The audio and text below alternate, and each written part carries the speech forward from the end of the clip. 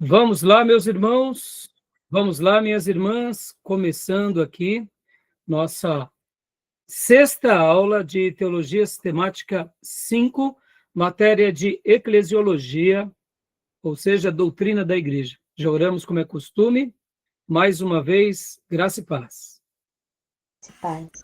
Graça e paz, pessoal. Boa noite, graça e Boa paz. noite. Boa noite, graça e paz. Boa noite a todos, é uma alegria estar aqui com vocês. Hoje é a nossa sexta aula desse módulo, que é a doutrina da igreja. Hoje nós estaremos continuando a tratar do capítulo 46, que é o poder da igreja. Já dei uma síntese, uma breve síntese na última aula. E hoje, inclusive, a gente vai continuar falando sobre ele, e principalmente o capítulo 47, que começa sobre o assunto que é sobre o governo da igreja, né? Os vários modelos de governos que existem, aquilo que a Bíblia ensina e aquilo que historicamente foram se ajustando cada igreja evangélica, cada denominação. A gente vai estudar, a gente vai chegar aqui a uma avaliação e vai ser muito legal. Vamos tratar também de vários outros assuntos ainda dentro dessa questão do governo. Eu acho que vai ser uma aula muito rica, tá bom? Os irmãos estão bem, né? Estão gostando do assunto? Estão gostando da matéria? Estão gostando dos temas? Joia. Sim, Ótimo. muito. Ótimo. Sim, bem interessante. Então, meus irmãos, quero lembrar a vocês e aos demais que estiverem assistindo essa aula no futuro, nós gravamos essas aulas, né, para que os irmãos aqui, nas nossas aulas em tempo real, possam ser abençoados. Os alunos, né, que fazem esse módulo síncrono conosco. Gravamos também por causa dos alunos em EAD. Essas aulas também farão parte do currículo dos alunos em EAD. E gravamos também para abençoar o maior número de pessoas, onde quer que essas aulas cheguem, com esses temas tão oportunos, desses materiais tão abençoados, desses homens de Deus, dessas editoras tão abençoadas.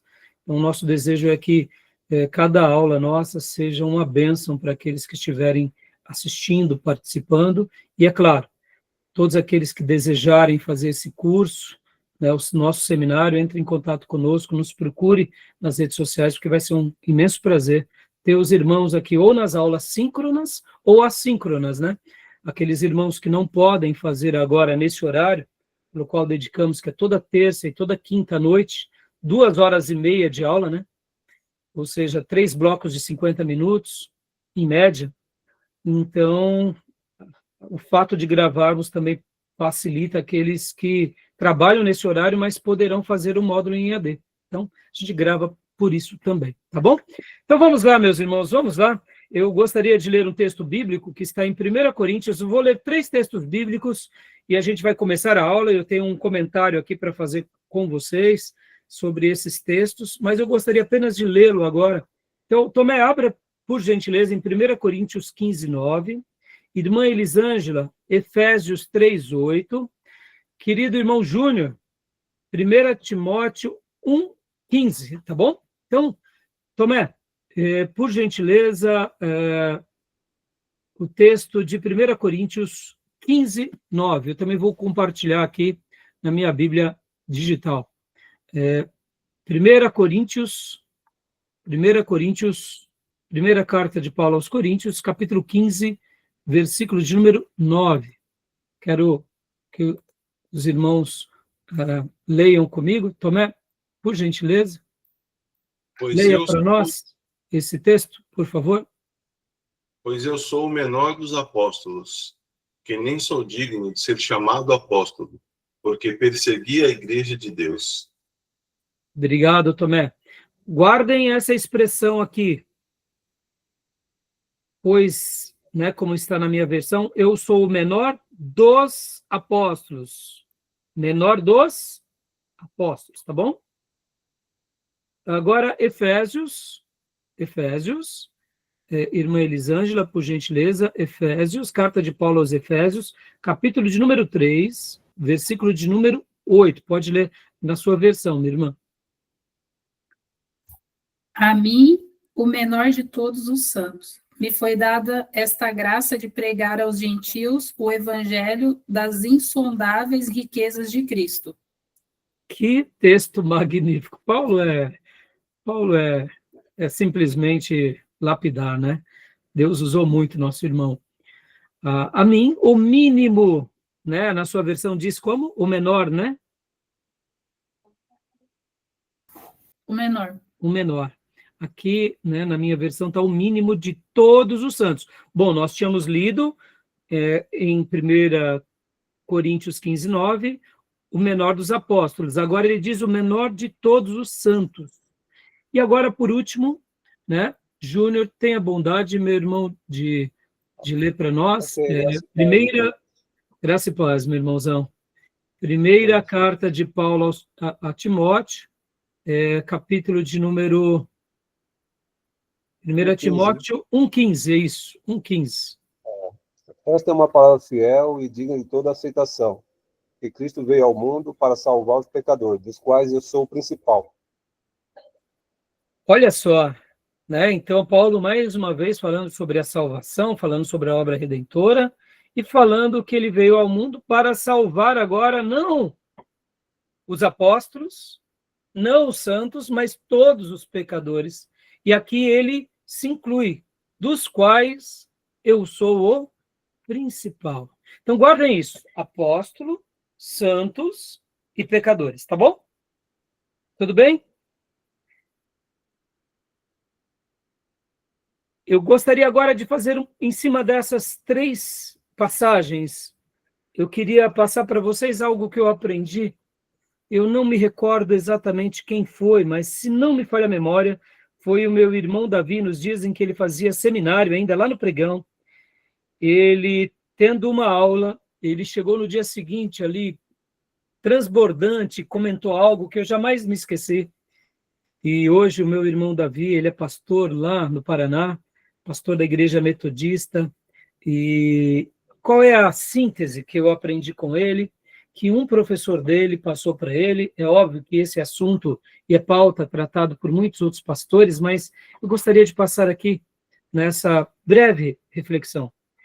Paulo, ele fala dessas 3 maneiras, e aqui ele coloca o apostolado, depois ele coloca todos os santos, e aqui leia-se santos como cristãos, né? Ou seja, santos são aqueles que são separados, como nós somos separados. E depois ele coloca pecadores.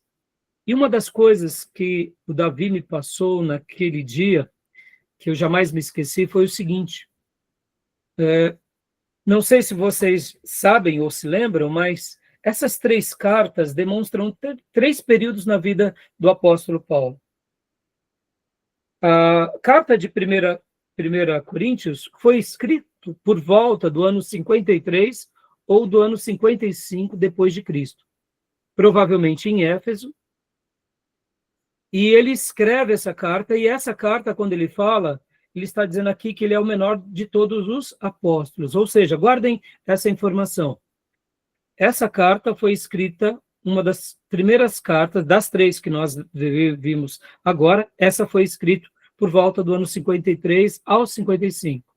Já a segunda carta que lemos, que é em Efésios, foi escrito em Roma, possivelmente sobre a prisão domiciliar de Paulo, por volta do ano 60 a 62.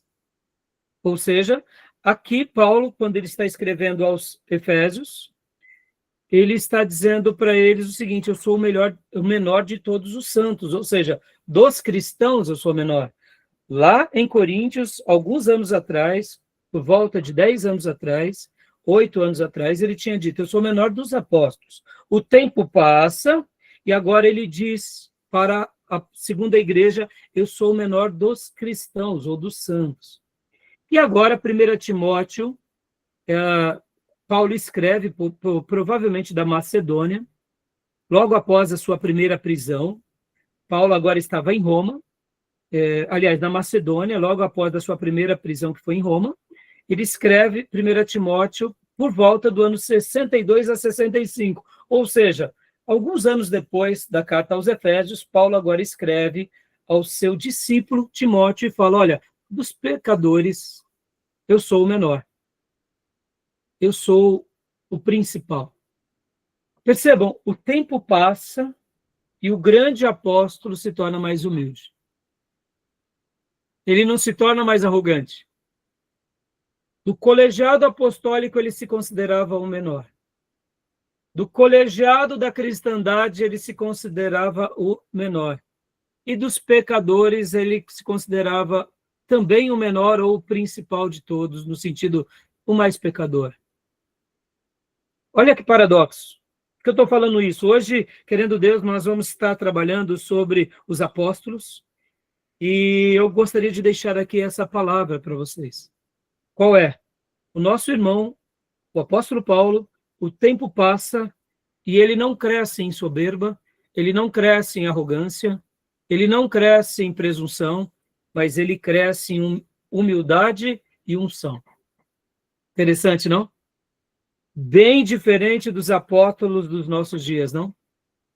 Os nossos apóstolos contemporâneos, o tempo passa e eles se tornam mais cheios de si, mais cheios de razão, mais cheios de ego, mais cheios de prepotência, mas o grande apóstolo, aquele que escreveu quase todo o Novo Testamento, o tempo passava, ele amadurecia e ele crescia em humildade, crescia em plenitude e quebrantamento. Fica aqui essa reflexão ao coração dos irmãos, tá bom? Porque eu não tenho dúvida que isso vai fazer uma diferença muito grande. E eu gostaria de concluir essa reflexão parafraseando João Batista, porque eu vejo Paulo, em outras palavras, dizer o mesmo que disse João Batista de uma outra forma, que ele cresça e que eu diminua. Ou seja, que Jesus possa crescer por meio de Paulo e que Paulo em si, o homem de Tarso, possa diminuir a cada dia. Que assim seja conosco. Tá bom, meus irmãos? Que o Senhor cresça e que nós diminuamos. Amém? Tudo bem, meus irmãos? Linda essa reflexão, não? Dá para pregar ou não dá, Diego? Dá para fazer uma mensagem ou não? Acho que dá para fazer três Lindo, temas diferentes. É a maturidade que nos leva ao quebrantamento, à dependência, né? Tá bom, meus irmãos? Então, vamos lá, meus irmãos. Vamos agora seguir aqui. Bom, na aula passada nós apenas iniciamos ali a parte do poder de Deus. Hoje nós estaremos passando por aquele assunto. Estarei usando principalmente o resumo do livro-texto. Como eu mencionei na última aula, meus irmãos, eu gravei dois vídeos sobre o poder de Deus numa aula passada, e então vocês vão ter que assistir e ali vocês vão se aprofundar mais. Isso vale para os irmãos presenciais e para os irmãos em EAD, tá bom? Isso são trabalhos extras valendo nota. Mas a gente vai trabalhar hoje sobre o poder de Deus. Agora, deixa eu fazer um breve comentário aqui, também, rápido, sobre o material da semana passada que nós utilizamos, que é esse material aqui, que é um material sobre os propósitos da igreja, né? Rapidamente, eu queria fazer uma citação, né? Na última aula eu falei sobre os propósitos da igreja. Na minha matéria, que é a matéria de liderança, eu trabalho melhor sobre essa questão de visão, missão, propósitos e valores de uma igreja, tá, irmãos? Na aula passada, nós fizemos só um apanhado, falando de propósito, de uma forma mais abrangente, de uma forma, eu diria, mais resumida.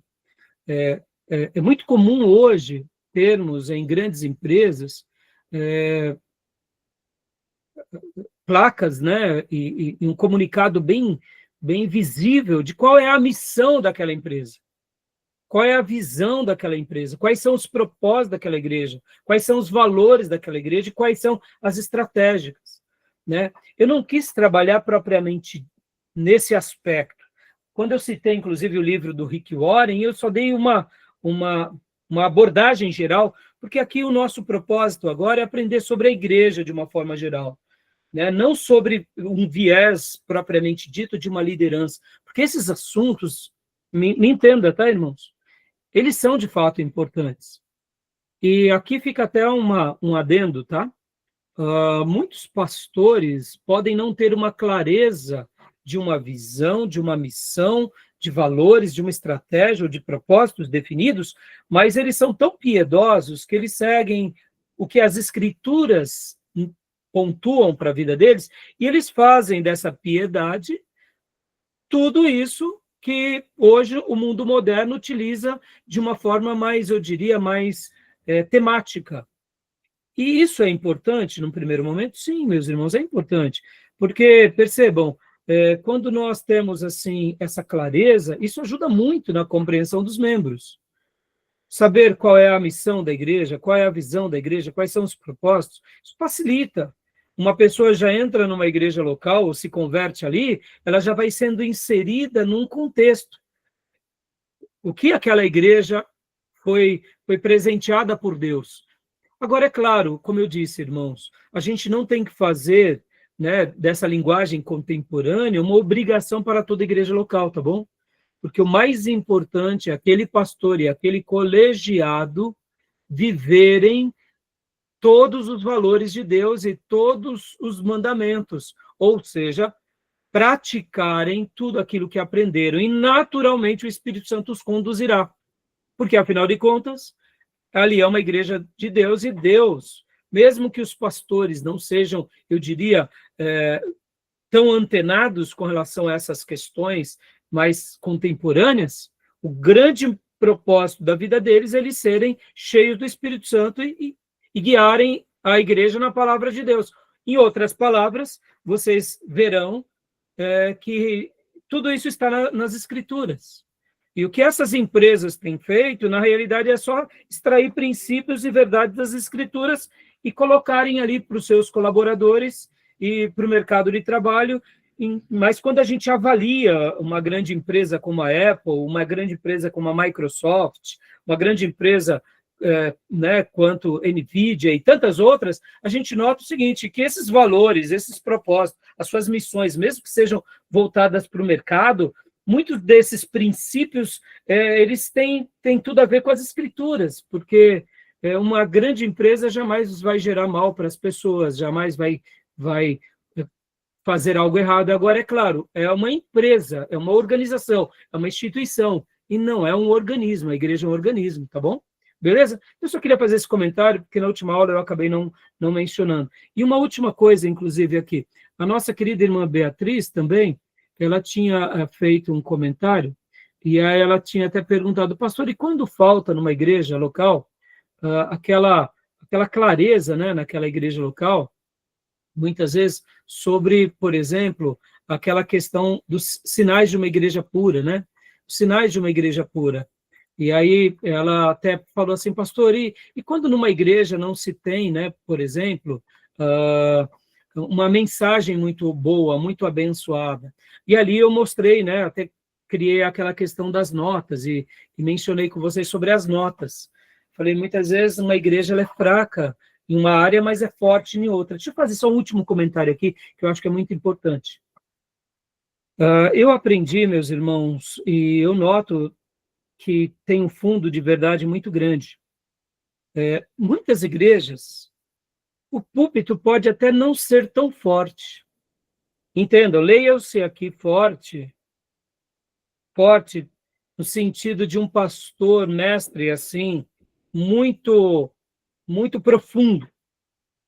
Quando eu falo forte é nesse sentido, que é uma pessoa que conhece muitas escrituras, esclarece muito bem. O púlpito de uma igreja pode até não ser tão forte, mas a força dessa igreja vai ser no colegiado. Ou seja, o grau de entrega desses irmãos. Quando um pastor, vamos dizer assim, o púlpito dele tem uma nota baixa, vamos colocar uma nota aqui baixa como uma nota 5, tá? Ele prega ali aquela mensagem bíblica, ungida, agraciada, mas ele é simples. Ele lembra, por exemplo, um apóstolo Pedro, tá bom? Um apóstolo Pedro. Então, a nota dele é um 4, nos dias bons, um 6, mas ele fica ali numa média de 5, tá bom? Esse pastor prega 5, mas ao lado desse pastor tem o quê? Tem uma liderança muito crente. Tem irmãos muito comprometidos. Tem famílias muito estruturadas e piedosas. Tem obreiros muito entregues à causa. Ou seja, meus irmãos, essa igreja ela será muito relevante. Por que eu estou falando isso? Porque quando a gente faz uma avaliação, por exemplo, vamos lá, nós trabalhamos bastante nas igrejas fracas e nas igrejas fortes na semana passada. Lembra? As menos puras e as mais puras? A igreja de Corinto, por exemplo, e a igreja de Éfeso, por exemplo. Era o mesmo Paulo para ambas. Concorda? Quem cuidava das duas? Era Paulo. Mas a igreja de Corinto tirava ali um, 2.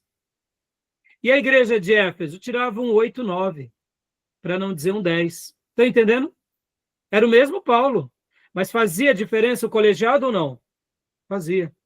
Percebam, a força de uma igreja se dá no coletivo, não só no indivíduo, tá bom? Guardem isso, meus irmãos. Isso é uma pérola, viu? Isso é uma pérola, viu? Essa instrução pode fazer a diferença para vocês em muitos momentos da sua vida. Porque muitas vezes Deus nos dá um time muito maduro. Naturalmente, meus irmãos, a gente não vai ter retrabalho. As pessoas são muito crentes. Então, se a gente chega para os irmãos e diz, irmãos, estamos precisando reorganizar a rota aqui. Em uma reunião, você reorganiza a rota. Em uma reunião, você pontua tudo. Por quê? Porque é todo mundo muito entregue. E o pastor pode até ser um apóstolo Pedro. Quem sabe uma pessoa mais simples no início. Essa igreja vai ter sucesso? Vai. Por quê? Porque os irmãos, eles são ensináveis, juntamente com o seu líder. Agora, você pode até ser um apóstolo Paulo, junto com uma igreja de Corinto, ou seja, meus irmãos, você vai ter um retrabalho violento, porque não depende do líder, depende do colegiado. Estão entendendo? Isso é uma pérola para a vida de vocês, tá bom? Então, na última aula eu não mencionei sobre isso, mas isso esclarece muito, tá bom? Porque muitas vezes a gente vê uma igreja que ela consegue crescer, porque tem um colegiado forte atrás dela. E outra igreja que fica marcando o passo. E muitas vezes é o mesmo pastor em duas igrejas. Em uma, ele vai de vento em popa, na outra, fica marcando passos. Por quê? Porque são povos diferentes, entendeu, meus irmãos? Isso é consolador, viu? Isso é consolador para o ministro. Saber discernir essas coisas, tá bom? Beleza? Ficou claro isso? Alguma pergunta, alguma dúvida? Beatriz, sobre a pergunta da semana passada, isso te deu mais luz? Tem mais alguma dúvida, filha? Sim, ficou mais claro, pastor. Tá bom, meus irmãos? Porque muitas vezes, irmãos, a gente acha que é o seguinte, que um bom pastor vai resolver tudo. Não, meus irmãos, é um bom pastor, mas ao lado de um grupo de crente, entendeu? É simples. Então, o mesmo pastor, ele pode ter êxito numa igreja e pode não ter êxito em outra. Não significa que ele está em pecado. É o rebanho que muitas vezes não responde à altura. Claro, desde que ele tenha se mantido igual, tá bom? Diga, Diego. Pode perguntar, Diego. Pastor, nessa questão aí das igrejas puras e das igrejas não puras, o que você explicou aí agora sobre ter os membros, ter a liderança focada, só que aí um exemplo, o pastor já não prega tão, como você falou aí. Isso é, como eu posso dizer, essa é a única verdade explícita, ou também tem a questão, tipo assim, que eu vejo que na igreja, em questão da igreja, desde antes de começar essas aulas, eu estava fazendo um estudo pessoal sobre a questão da igreja saudável e igreja doente. Também não acontece o fato das igrejas hoje, às vezes, como eu posso dizer, exercer mais uma coisa do que outra. Vamos supor, às vezes uma igreja tem um pastor que ele é mestre, ele prega como ninguém, ensina a igreja, só que às vezes tipo a igreja não tem a busca pelo Espírito Santo. Sim, Então, claro. Porque, tipo, no caso, pastor, o que acontece? Eu vejo que a igreja ela tem que crescer em bloco. Se a gente for numa academia, a gente treinar só a parte inferior do nosso corpo, a nossa parte superior vai ficar fraca. É a mesma coisa. Exatamente, por isso que eu fiz esse comentário, Diego, porque muitas vezes, é óbvio, Diego, qual que é o sonho? É que o púlpito seja esplêndido. Mas muitas vezes o púlpito, na história, irmãos, e isso vale para a história da igreja, muitas vezes ele nem foi tão esplêndido, mas o colegiado é esplêndido. Quer ver um exemplo, Diego? Uma igreja problemática como é a igreja de Corinto, com Paulo já dava problema, sem Paulo tem muito mais problema. Ou seja, a ideia que fica é, quando faltar uma liderança no mínimo competente, aquela igreja implode, porque o problema está neles, entendeu? Ou seja, são duas coisas que têm que caminhar em sincronia, tanto o pastor quanto a igreja.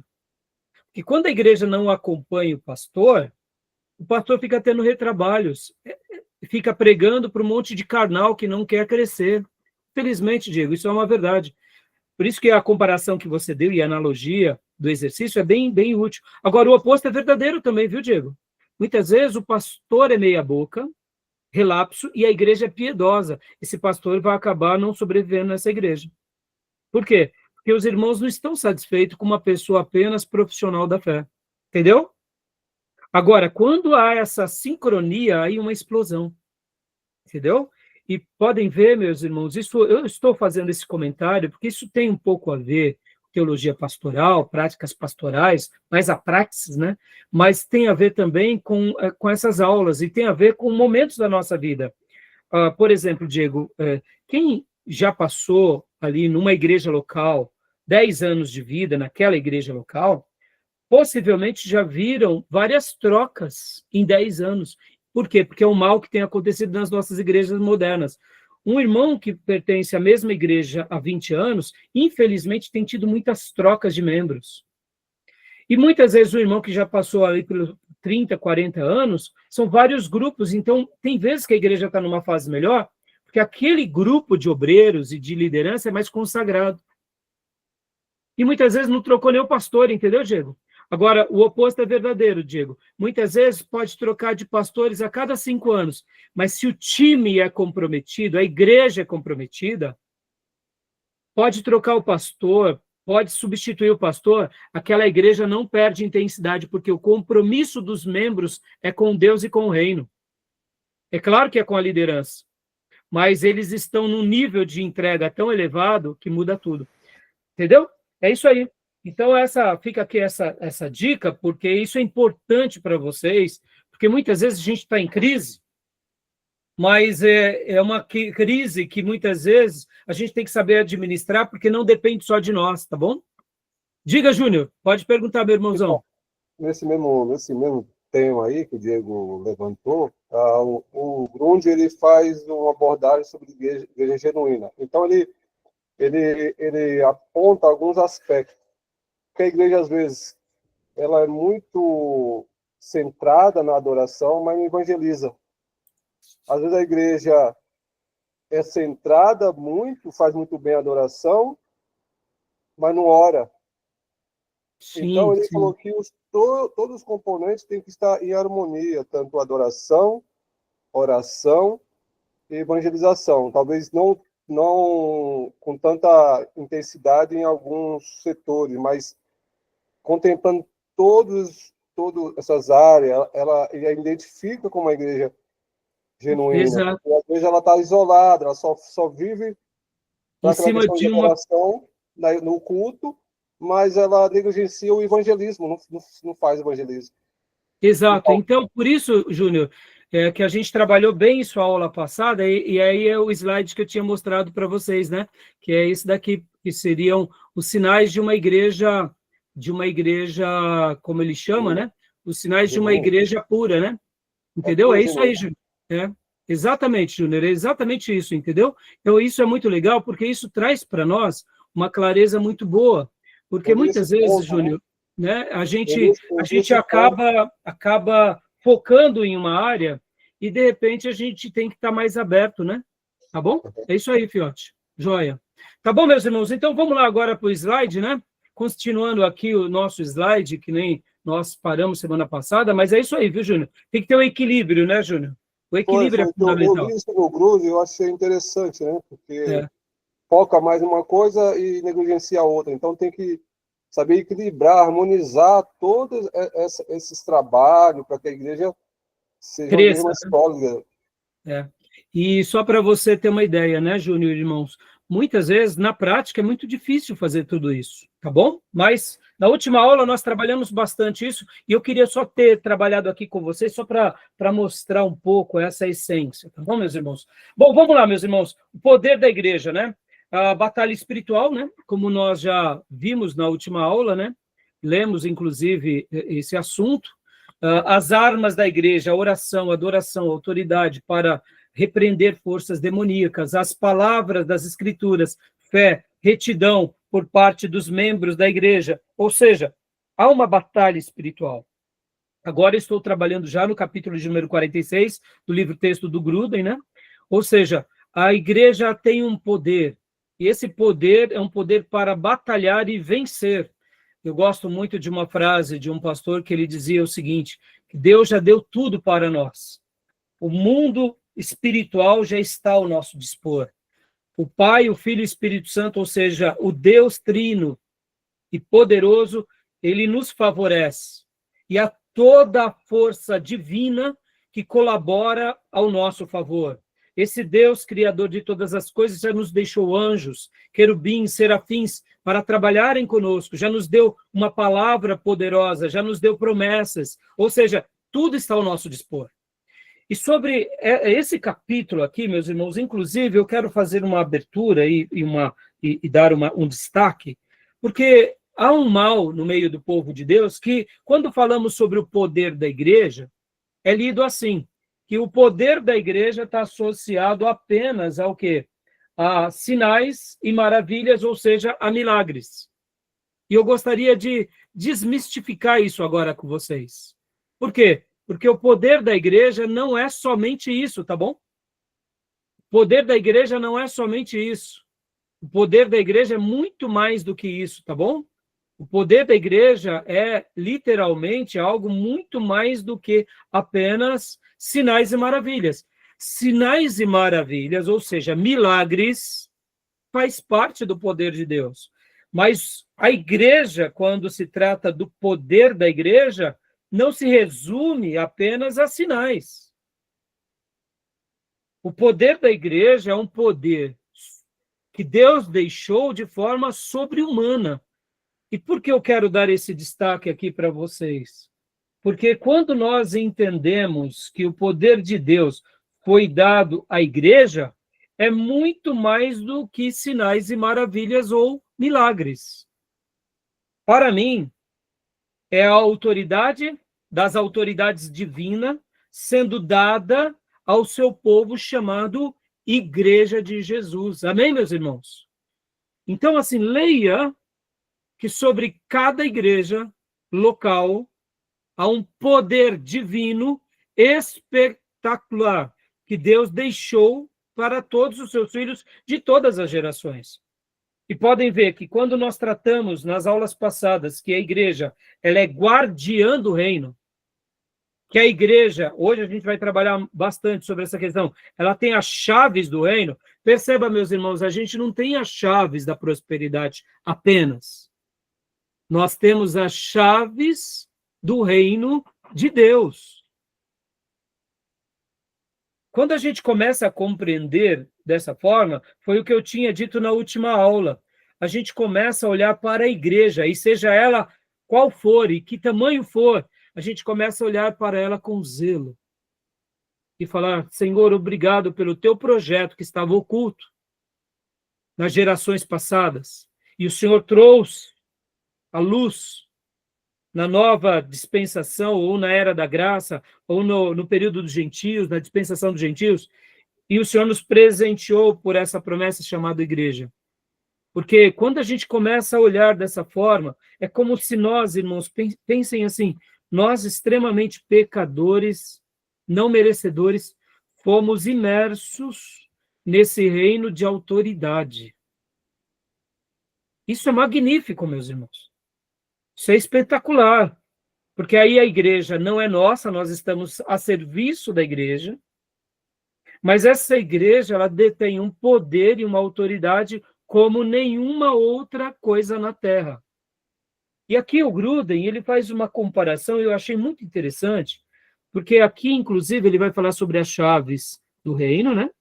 Como nós lemos também, é a capacidade de adquirir pessoas no reino através da pregação do evangelho, como autoridade de exercer disciplina na igreja. Ele trabalha bastante na disciplina, talvez o contexto dele seja um contexto americano, um contexto mais europeu. Falar de disciplina na igreja parece ser algo um pouco, talvez, eu não sei, irmãos, isso é uma coisa que eu desconheço, tá?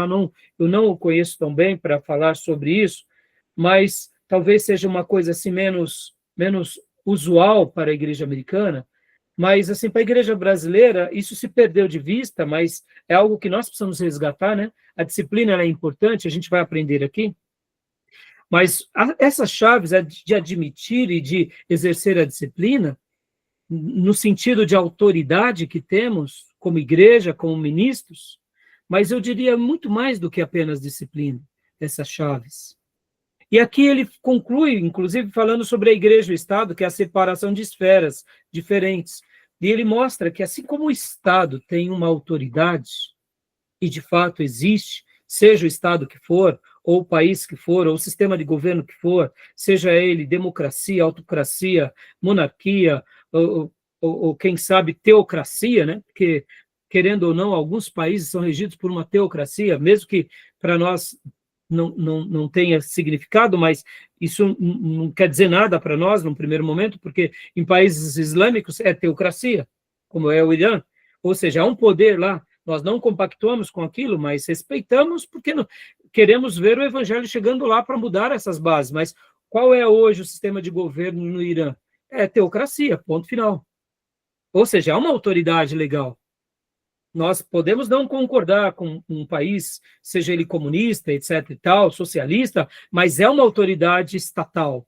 É um poder que controla as vidas, que gera ou não gera, ou manda matar, ou faz viver. Quer dizer, é uma autoridade, a gente não pode negar isso. Né? Então percebam que aqui ele coloca essa comparação, isso é muito legal, porque a gente começa a ver a igreja como um poder assim tão importante quanto o Estado, e eu diria que nessa perspectiva que eu acabo de falar, irmãos, o poder de Deus e a autoridade que Deus nos deu é maior do que o Estado, tá bom? Percebam, irmãos, só para eu fechar aqui, a igreja, ela é teocêntrica. A igreja, ela deve ser uma teocracia. Vivemos numa democracia. Os nossos irmãos da Inglaterra vivem numa monarquia, mas a igreja, ela vive na teocracia. Ou seja, são os valores de Deus, sobretudo. Então, percebam que, quando a gente começa a entender isso, e aqui eu queria até dar essa máxima aqui para vocês, o poder emana de Deus. E todo poder foi emanado de Deus, e foi concedido por Deus. Seja a quem for. Disse Jesus a Pilatos, o poder veio de Deus, e Deus colocou ali Pilatos, porque ele quis. Ou seja, se Deus não quisesse, você não estaria ali. Isso vale para o imperador romano, isso vale para qualquer rei ou presidente dos nossos dias. Mesmo que aquele sistema de governo vá contra os valores de Deus, numa última esfera, como dizia Lutero, o diabo que reina no reino do mal é o diabo de Deus. Ou seja, Deus governa até mesmo sobre o império das trevas. Ou seja, para o diabo fazer qualquer coisa, ele tem que pedir permissão para Deus. Não quero entrar muito nos detalhes, mas eu quero mostrar o seguinte, que todo poder e toda autoridade emana de Deus. Agora, ele deu, ele delegou a nós, seres humanos, como nós aprendemos em antropologia. Tudo bem até aí? Tranquilo? Joia, podemos prosseguir? Alguma pergunta, alguma dúvida? Não? Então, vamos continuar aqui, só para a gente prosseguir. Só uma fala, né? Pois não. Você me diz sobre essas frases, essas expressões de deu legalidade, isso aqui lá de legalidade. Parece que eu estou até no sistema jurídico quando eu vejo os clientes falando isso. Eu fico meio assustado. Deu autoridade, Júnior. Eu não gosto de usar muito legalidade, mas autoridade é um termo que eu prefiro usar. Né? Mas não deixa de ser uma legalidade, né? Pensa assim, Júnior. Porque quando a gente vê um poder estatal, ou um poder até do mal, como foi no caso com o Império Assírio ou o Império Babilônico, ou mesmo o Império Romano, sobre o povo judeu, eles só exercitaram tudo isso por causa da provisão de Deus. Dentro da provisão de Deus, ou da providência divina, Deus permitiu tudo isso, porque Deus tem um propósito. Quando nós olhamos essa soberania de Deus sobre as nações, a Síria com o Reino do Norte, a Babilônia com o Reino do Sul, com Judá, foram permissões de Deus. E mesmo assim, isso não quer dizer que Deus também não tratou com a Babilônia, não tratou com a Síria. É outra questão. Por que eu estou dizendo tudo isso? Porque tem horas que, se a gente não olha essa soberania de Deus e esse poder de Deus, a gente acaba não entendendo melhor esse jogo de poderes, porque ele existe, né? Ele existe. Então, quando eu digo dessa forma, é querendo mostrar e querendo trazer agora aqui o ensino mais voltado para essa igreja que recebe de Deus um poder sobre-humano. Por isso que naquele vídeo que eu gravei para vocês, eu trabalhei bem, eu quero que vocês assistam e considerem, depois a gente pode até debater em classe, porque muitas vezes, qual que é a minha proposta aqui, Júnior? Até vou te devolver a palavra, depois passo para a Miriam. Qual que é a minha proposta? Muitas vezes a gente tem uma ideia de que a igreja de Jesus é só mais uma religião. É mais uma religião igual às outras religiões. E quando nós entendemos as escrituras, e quando nós entendemos as profecias, quando nós conhecemos a soberania de Deus, a gente começa a entender que não, a igreja de Jesus ela é diferente das outras igrejas. É diferente das outras religiões. Ter essa perspectiva muda muito na nossa vida. E como a gente vai entender as outras religiões? Sabendo que lá também há poderes. Que tipo de poderes e que tipo de forças? Aí é outra questão. Deus permitiu. Mas que existe um certo poder também sobre o mal, existe. Sobre as outras religiões, existe. Sobre os sistemas de governo, existe. Então, é simplesmente para poder aqui balancear um pouco e para trazer vocês a esse resgate. Porque qual é talvez a minha maior proposta aqui nessa aula hoje, nesse capítulo? É mostrar que a igreja de Jesus ela é espetacular. A igreja de Jesus, e aqui leia-se a igreja local, como dizia uma frase do pastor Bill Hybel, que eu praticamente eu achava essa frase, e acho até hoje lapidar, que a igreja local é a esperança do mundo. O pastor Bill Hybel fala isso com muita frequência nas suas palestras de liderança, em que ele dava para pastores, no Summit. Eu amei conhecer essa frase, porque quando a gente entende que a resposta para o mundo é Jesus, e essa resposta de Jesus vai ser conhecida na terra por meio da igreja local, ou seja, por meio de mim e de você que pertence a um colegiado. Isso muda tudo. A resposta do mundo está na igreja local, porque essa igreja local, que foi inaugurada pelo Mestre e foi depois autenticada e ratificada pelos apóstolos pelo poder do Espírito Santo, ela foi replicada e chegou até nós. E quando a gente entende essa força da igreja local, a nossa igreja local não é só um lugar para a gente ir ali ouvir uma boa palavra, fazer uma oração. Ela é um lugar realmente para a gente fazer a história de Deus na Terra. É o QG sagrado, onde a gente se alimenta para a gente batalhar e vencer. Entendeu, Júnior? Então essa é a minha proposta, entendeu? Quer... Dar lugar ao diabo, então, né? Hã? Em termos gerais é dar lugar ao diabo. Então. Como? Em termos gerais é dar lugar ao diabo, né? Dar lugar? Ao diabo.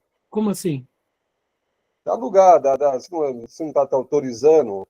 Ah, não dar lugar, né? Não dar.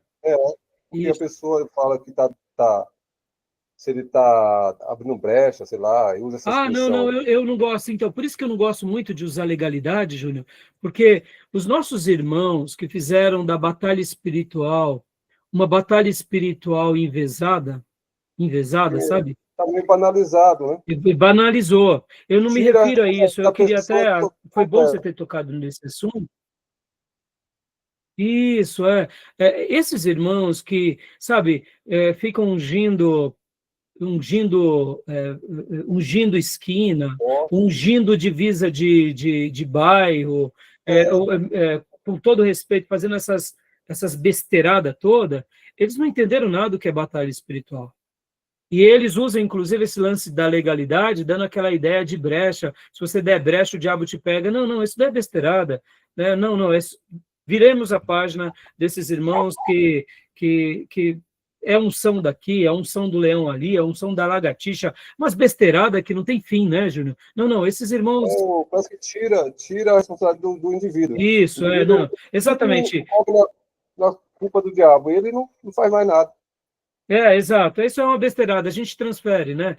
Que nem eu conheci um irmão que, em certa ocasião, ele falava assim, nossa, tivemos um culto maravilhoso lá no Rio de Janeiro, nosso pastor foi lá em cima do monte tal, do morro tal, pegamos muitos balões, né, com aqueles gás, acho que é gás hélio, e nos outros balões nós enchemos de azeite, furamos, e então nós oramos, porque aonde pingasse aquela unção ia salvar a gente. Eu falei, filho, pelo amor de Deus, tem tanta estratégia de evangelismo boa, sabe? Ou seja, fica inventando a roda, Júnior. Né? Onde está o diabo? O diabo está nas pessoas. Então quer dizer que se pingar uma gota daquele azeite ungido, né? Ou seja, a pessoa está liberta do demônio por causa do azeite? Não, é a pregação do evangelho. Ou seja, essa ideia dessa guerra espiritual barata, né? Eu conheci uma senhora que, em certa ocasião, eu orava por ela, e um dia minha esposa falou assim, amor, eu tenho certeza que essa senhora está, quando você ora, ela está pegando um copo d'água. Eu falei, mas não é possível. Não, ela está, porque ela faz todo um ritual. Peraí, você vai orar? E aí um dia eu cheguei depois na casa dessa senhora e falei, senhora, escuta, a senhora está, quando eu oro pela senhora, a senhora está lá pegando um copo d'água? Ela falou, estou. O que a senhora faz, então? Ela falou, o que eu faço? Olha lá a escada. E ela morava numa casa em que a caixa d'água dava para acessar, né, em cima. Eu subo em cima da escada, pego o copo d'água e jogo na caixa. Para quê? Para o meu marido, os filhos, tudo ser abençoado. Eu falei, filho... E era uma senhora bem gordinha, irmãos, bem gordinha. Eu falei, filha, pelo amor de Deus, não faça isso. Porque se isso resolvesse, a gente ia lá para o reservatório da Sabesp. É ou não é, Júnior? Está orado. São Paulo está salvo. Né? Vamos lá para o Monte Hermon, onde as nascentes do Jordão... Água do Jordão. Aí acabou. Vamos lá para o Monte Hermon, para as nascentes. Orou, acabou. Vocês entendem? Então, essa besteirada em cima disso, Júnior, eu não quis trazer a minha fala nisso. Eu quis trazer para a verdadeira batalha espiritual. Que ela nasce, ela existe, e que nós, com o Evangelho, iremos, e com a pregação do Evangelho, iremos expulsar o mal. Mas é nesse contexto que eu quis destacar o seguinte, a Igreja de Jesus ela é poderosa. Entendeu, Júnior? Entendeu, irmãos? Ela é poderosa, é a pregação do Evangelho. Agora, olha que detalhe, a gente vai chegar lá. É a pregação do Evangelho pelo qual eu vivo. Porque se eu só prego o Evangelho e eu não vivo, essa autoridade foi emancipada de mim. Logo, aquilo que era para ser um discurso de autoridade ou autoritativo se torna um discurso de hipócrita. Logo, no mundo espiritual, eu não venço batalha nenhuma. Pastor, e aí? E a minha pregação? A minha pregação pode fazer até alguma obra na vida de alguém, porque a Bíblia, guardem isso, irmãos, Deus tem compromisso com a sua palavra. Ou seja, toda palavra que sai da boca de Deus volta para ele. Porque assim disse o profeta Isaías, a minha palavra não voltará para mim vazia, antes cumprirá tudo o que lhe apraz. Em outras palavras, se eu sou um pastor hipócrita, eu prego a palavra pode gerar vida em vocês. Mas da mesma forma que vocês que creem receberão vida, eu que fui hipócrita serei condenado. Por quê? Porque era para ser o oposto. A mesma vida que deveria emanar em mim, deve emanar em vocês. Por quê? Porque eu estou pregando o que eu estou vivendo. Mas se eu não estou vivendo, para mim volta como juízo, mas para vocês vão como verdade. Então isso é muito sério, por isso que Deus tem compromisso com a palavra. E aqui, irmãos, isso é muito sério. Por isso que a gente, quando fala sobre autoridade e exemplo, e hoje a gente vai estar falando sobre os governos da igreja, eu quero que vocês olhem para ministros que vivam. Porque o ministro que não vive não serve para nada, nem mesmo para servir na igreja. Ele serve apenas para ir à igreja e aprender. Porque aqui não é questão de perfeição, irmão, é questão de honestidade. Porque em alguns momentos da nossa vida, quando nós temos alguma dificuldade, a gente deve ser humilde e usar na palavra e o verbo no inclusivo. Olha, irmãos, aqui eu também tenho dificuldade. Porque aí a gente não está sendo desleal, tá bom, meus irmãos? Então é isso, tá bom, Júnior? Beleza, Júnior? Explicou, né? Fugimos da besteirada toda, né? Das unções. Irmãos, só um último Beleza. detalhe. Falhou, Júnior. Fala de novo, falhou. Está bem explicado. Joia. Está bem explicado. Joia. Só uma coisa, irmãos. Algum tempo atrás, lá no sul, se não me falho, na cidade de Paraná, começou com uma tal de unção do leão. Vocês já ouviram falar sobre o que era unção do leão? Não? A minha Miriam, já porque ela é da igreja há muitos anos, eu já comentei isso. O que era a unção do leão? Assim como os machos, eles urinam para marcar o território, um certo pastor começou a falar que nós, como agora discípulos de Jesus, ou seja, discípulos do Leão de Judá, temos que demarcar os territórios, porque se urinássemos, marcaríamos o território e ali naquela região os demônios não passariam. E aí os irmãos saíram urinando aí nos lugares. Olha que aberração, meus irmãos.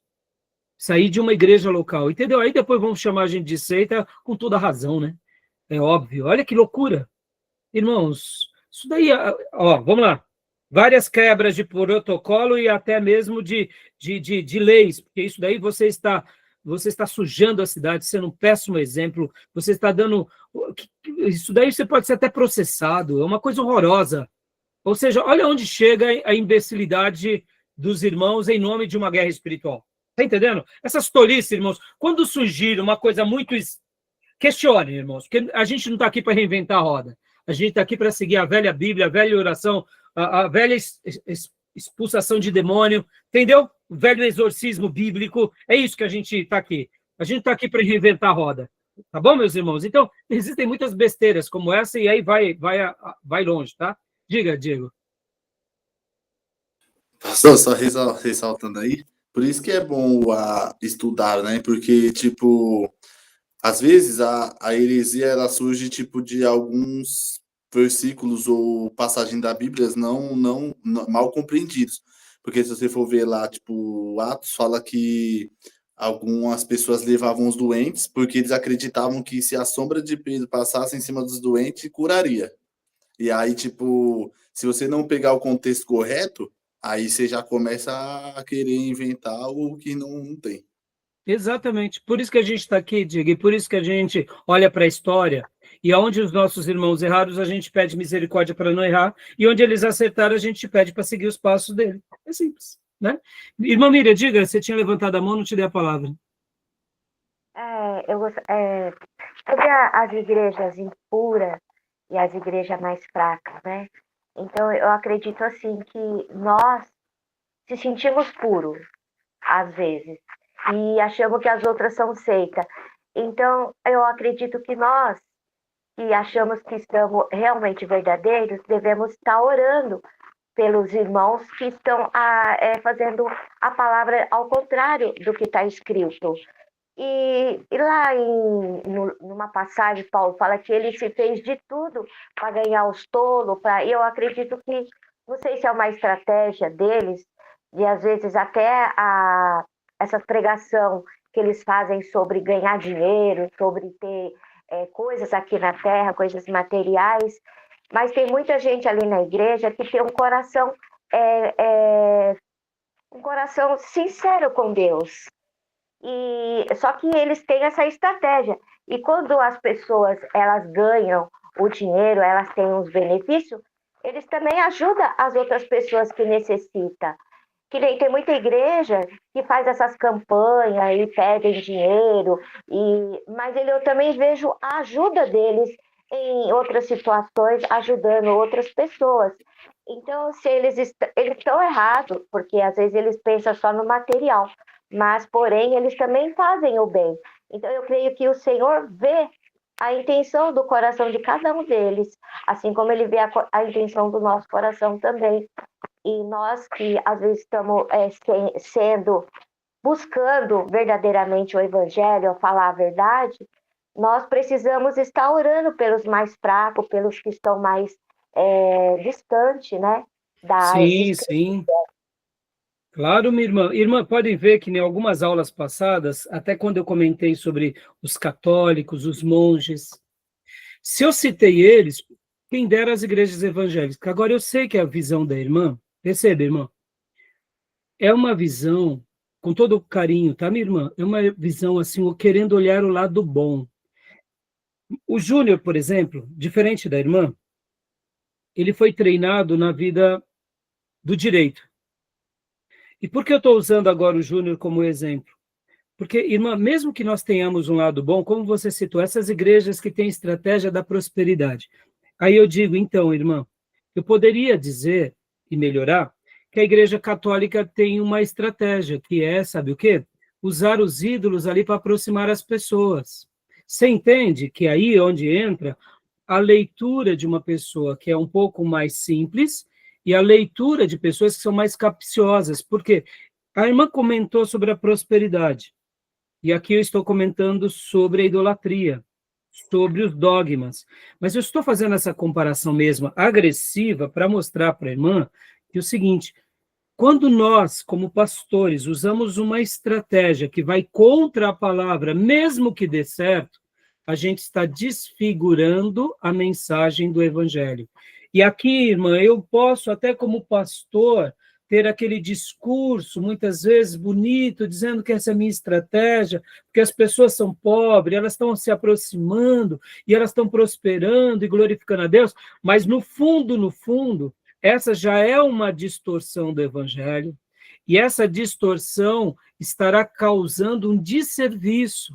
E é óbvio, irmã, a gente está aqui trabalhando nesse tema e estamos aqui fazendo apontamentos, como há pouco eu mencionei sobre essas besteiras de guerra espiritual, não querendo dizer aqui, irmã, que a gente é melhor do que os outros. Não é isso, não é. Mas se nós não ensinarmos a verdade a vocês que são seminaristas, eu estarei fazendo um desserviço. E como um pastor que foi separado por Deus para treinar novos pastores, novos obreiros, eu tenho o dever de ensinar apenas o evangelho. E dizendo à irmã, eu entendo, irmã, que tem pessoas, e vou até melhorar sua fala, tem pastores que, num primeiro momento, eles podem até ter começado numa estratégia errada, porque eles não eram teólogos, eles não eram estudiosos, começam ali numa comunidade, mas em algum momento, se ele realmente é um homem de Deus, e aquela família que cuida daquela igreja são piedosos, eles mudarão a rota. Sabe por quê, irmã Miriam? Porque o compromisso é com a palavra, não é com a sociedade e não é com a igreja. Por que muitas igrejas o pastor prega só o que o povo quer ouvir? Porque esse pastor ele está condicionado a fazer a vontade do povo e não a vontade de Deus.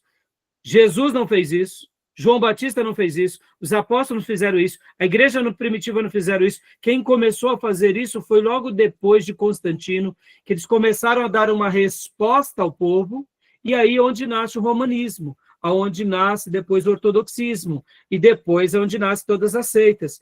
Então, minha irmã, como seminário, ou a gente aprende realmente a verdade e tenta pôr em prática, ou a gente acaba fazendo vista grossa, entendeu? Eu entendo a irmã. Como eu disse, irmã, eu não vou julgar todos os pastores, e aqui a gente não está para julgar, a gente está para aprender o que é certo e o que é errado.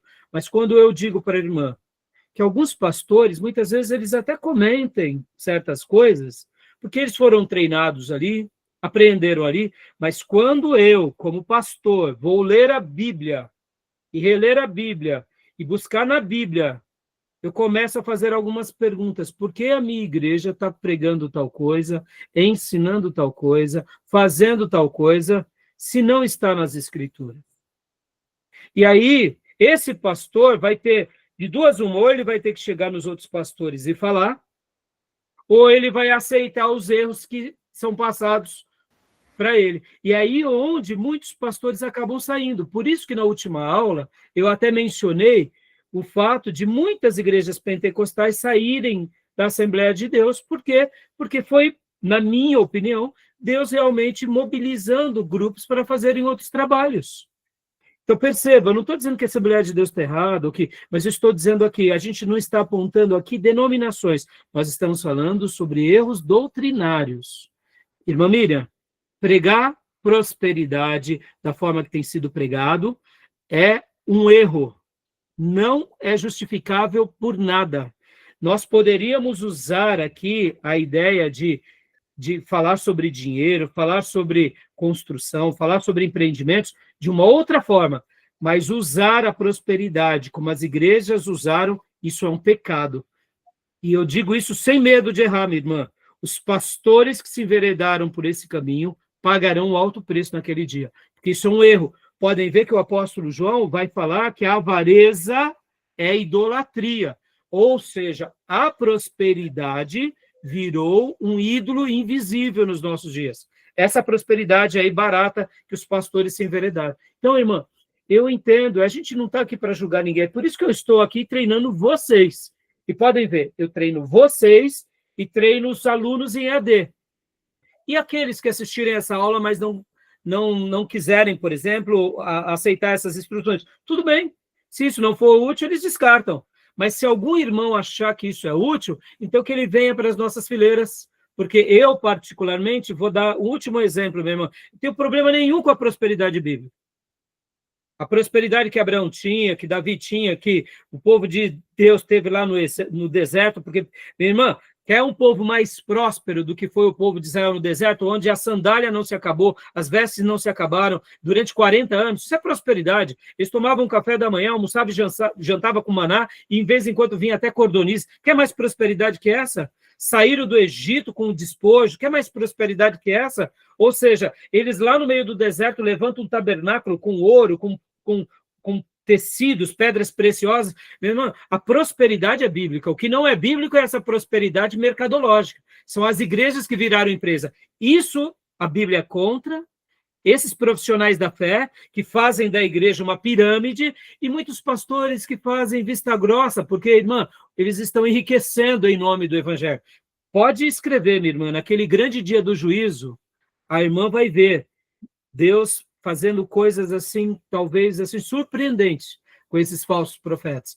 E tolos são os pastores que se enveredam por esse caminho por causa de algumas ninharias, que eu classifico e chamo até de alfarrobas de porcos, porque as nossas riquezas e a nossa prosperidade são incomparáveis com a desses falsos profetas. Entendeu, irmã? A igreja de Jesus na terra, seja ela aqui no Brasil, seja ela lá em Dubai, ou seja ela lá na África ou no Amazonas, ela é próspera. Na medida de Deus, Deus vai nos mandar tudo o que precisamos para ter uma vida digna, entendeu? Hoje, infelizmente, a igreja brasileira tem sido fruto dessa praga chamada teologia da prosperidade. E nós precisamos nos posicionar. Podem ver, irmãs, quantos são os pastores que ficam calados? Porque eles querem ser ricos. O alvo dos pastores hoje virou ser rico, não é ser profeta, entendeu? Então, é assim, eu entendo a simplicidade da irmã, mas, como eu disse, o Júnior, como advogado, ele tem uma visão diferente. Por quê? Porque ele está no meio da jurisprudência. E aqui, irmã, só mais uma última coisa, irmã, para a gente finalizar esse papo e fechar o bloco. Quero passar até a palavra para o Júnior, que eu acho que ele quer falar. Irmã, hoje, a Igreja de Jesus no Brasil, ela é uma das coisas mais desprezadas. Hoje, os pastores são aqueles que mais têm nomes sujos, são aqueles que mais maculam. E eu digo para a irmã, sabe o que é isso, irmã? Fruto dessa doutrina herética da teologia da prosperidade, que maculou o povo de Deus, barateou a Igreja de Jesus. Por isso que eu falo, irmã, como que a Igreja de Jesus deveria ser considerada no nosso país hoje? Pastores como as pessoas mais honradas. Igrejas locais como as CNPJs mais estimados. É o contrário. Por que é o contrário? Por causa de que muitos irmãos, em nome de uma certa ingenuidade, e pastores levianos, fizeram o que fizeram com a Igreja de Jesus. Como o Augusto Nicodemos escreveu num livro recente, um livro, não é recente, um livro que ele escreveu, o que fizeram com a Igreja de Jesus. Entendeu, irmã? É por isso que a gente aqui não está para querer reinventar a roda, irmã. Mas o meu dever é treinar vocês bem aonde? Na palavra. Tá bom, filha? Eu entendo. A irmã é me entenda, irmã, piedosa, tenta olhar tudo com os bons olhos. Mas o ministro, ele olha com os bons olhos, mas ele olha com a sabedoria. E pode ver que o critério que Deus nos dá para a gente cuidar da igreja, a gente já vai entrar no assunto do governo da igreja. A gente tem que separar oficiais para a igreja que sejam cheios do Espírito Santo, que sejam homens sábios e que dão bom testemunho. Isso é o padrão bíblico para o diaconato. Agora eu pergunto para a irmã, o padrão bíblico hoje para uma pessoa virar pastor é o quê? Basta falar bem. Nem que ele seja um picareta, um falso profeta, um estelionatário, tenha nome sujo. E aí, muitas vezes, a igreja, não, o pastor está pregando bem. Não, minha irmã, está errado. A igreja deveria ser mais atuante. E eu digo isso para a irmã como membro da igreja, precisamos ser mais atuante. Não estou falando de pedir perfeição aos pastores, mas pedir caráter, pedir um bom testemunho, ser cheio do Espírito Santo e ser sábio. Por quê? Porque a igreja não é nossa, a igreja é de Deus. E homens sábios que dão um bom testemunho precisam conduzir esse rebanho. E uma igreja que também zela pelo bom testemunho. Não só uma igreja que zela pelo valor monetário que entra na conta da igreja ou pelo que a igreja faz, em nome do mau testemunho. Podem ver hoje, minha irmã, hoje as pessoas estão sendo recebidas nas igrejas porque elas são mais um número, são mais um cliente. E aí o pastor não está preocupado com critério. Cada igreja faz como ele achar melhor, minha irmã. Mas a palavra de Deus nos dá diretrizes claras para isso. Entendeu, filha? Quer falar, Júnior? Você está falando aí tem bem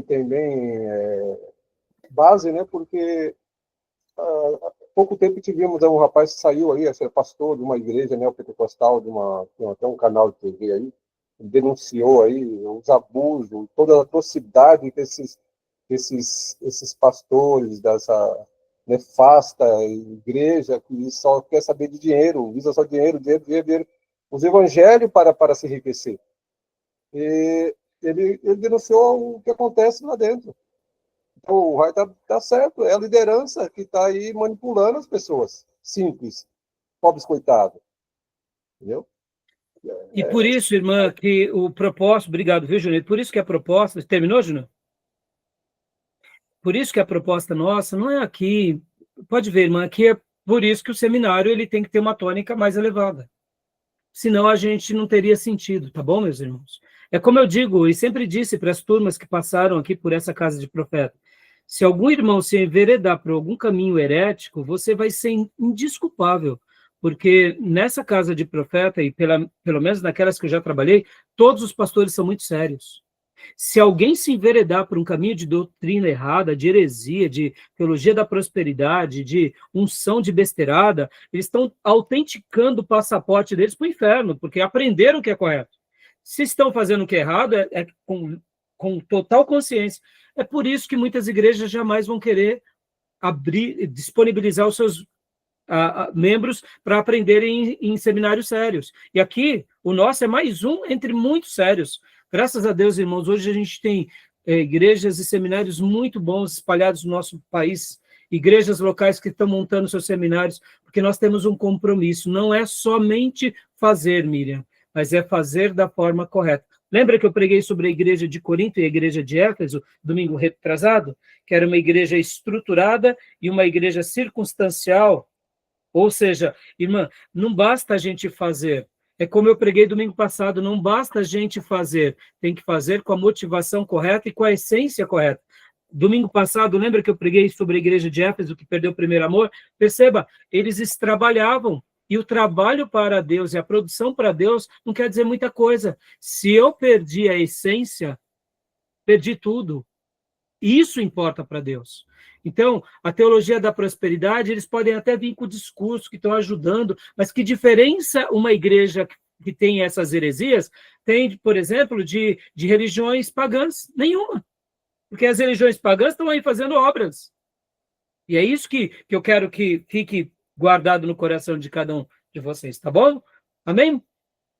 Joia, meus irmãos. Então, a gente vai trabalhar um pouco aqui no livro texto, fazer uma pincelada aqui sobre essa questão do poder, e aí a gente, na sequência, a gente vai para o próximo bloco. Pode perguntar, Beatriz. Eu só queria acrescentar um comentário, pastor, nisso que os irmãos estão falando de heresia, né? Um exemplo que aconteceu aqui em casa recente, eu estava conversando com a minha mãe de algumas coisas que ela tinha visto que era heresia pura. Que abrindo ali o primeiro livro de Gênesis, ali, os primeiros capítulos, já dava para ver já. Falando, por exemplo, que Deus criou os seres humanos para a gente ficar lá e tipo, não era nem para reproduzir. Eu falei, mãe, aqui já está escrito que Deus abençoou os seres humanos e tal. Aí depois uma outra parte que Satanás era filho de Deus também, igual a Jesus. Eu nada disso, mas como é que a Trindade vai virar quarteto? Então, assim, vai saindo umas heresias assim, de não sabe nem da onde, porque tá muito óbvio ali, gente, na palavra. Se é Trindade, não é quarteto, né? Não é quarteto divino, né? Nem fantástico, né, Beatriz? Boa, Beatriz. E você vê, Fia, mas essa ideia, por exemplo, de que Satanás era filho de Deus também, os mormons enveredam para isso, dizendo que Deus cria dois filhos. E vocês vão aprender em religiões comparadas. Cria Jesus e cria Satanás, que são dois irmãos. Vocês entendem, irmãos? Por isso que a gente... Agora, olha só, que interessante, irmãos. A igreja mórmon cresce no mundo todo aí. Eles têm uma estrutura, eles têm, etc. e tal, todo um critério. Eles não ficam dando mau testemunho, mas eles têm heresias. Então, percebam, se a gente não tomar cuidado, a gente muitas vezes vai estar legitimando os mormons. Não, meus irmãos, os mormons é uma seita. Né? E parabéns, Beatriz. É Bíblia, Beatriz, você vê? Não precisa de muita coisa, né, Beatriz? O ser humano foi criado para encher a terra, né? A gente que tem só 2, 3 filhos, ainda a gente está sendo tímido, tinha que ter mais. Mas cada coisa que a gente ouve, assim, que é de se assustar. Então é isso aí. E aqui, meus irmãos, é aquilo. Por isso que a gente prega, a gente é paciente, a gente também não fica apontando, mas a gente não pode ensinar o que é correto.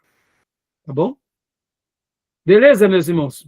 Mais alguma coisa? Maturidade, né? Tem que ter maturidade, né? A gente respeita a irmã, a família, porque a preocupação dela, a gente olha assim com bons olhos, as pessoas que estão sendo enganadas ali. Eu vejo várias pessoas próximas da gente.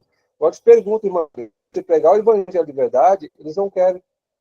Eles querem para essas igrejas. Eles querem ser manipulados.